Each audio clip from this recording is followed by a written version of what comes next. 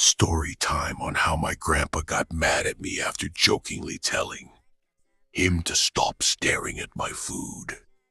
Okay, so this was a few days ago on the 4th of July.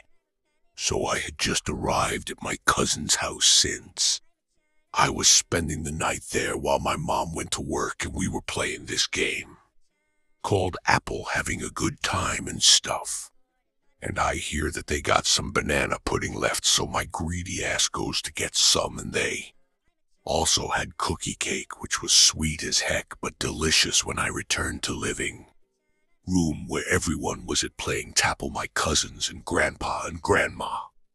Though they're just my aunt and uncle, I just call them by grandpa and grandma as one does. And I hear my grandpa say he was gonna get him some banana pudding but wanted my cousin aka his daughter to get him some, so she said she would after she finishes her, no problem, right?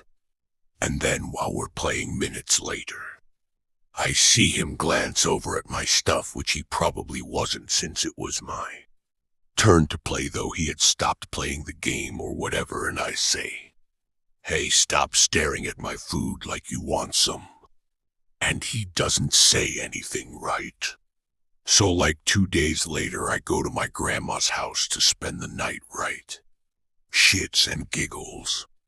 And she comes up to like, "Your grandpa wasn't very happy about how you spoke to him on the 4th.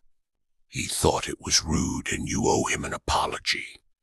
My first thought was she was joking. And she also told me to think before I speak. Like, what do you think I do before I speak? My brain says say this, and then I nod my head. "I didn't like the way you spoke to me, and I want to make it clear that I don't want anything you got. Where did you get that food from?" And I say my cousin, and he says I kind of forgot, but it was something like exactly, and then he kept speaking a bit more, and then said it was very rude and you owe me an apology. I could apologize, not like it would have been sincere, I don't know though, maybe.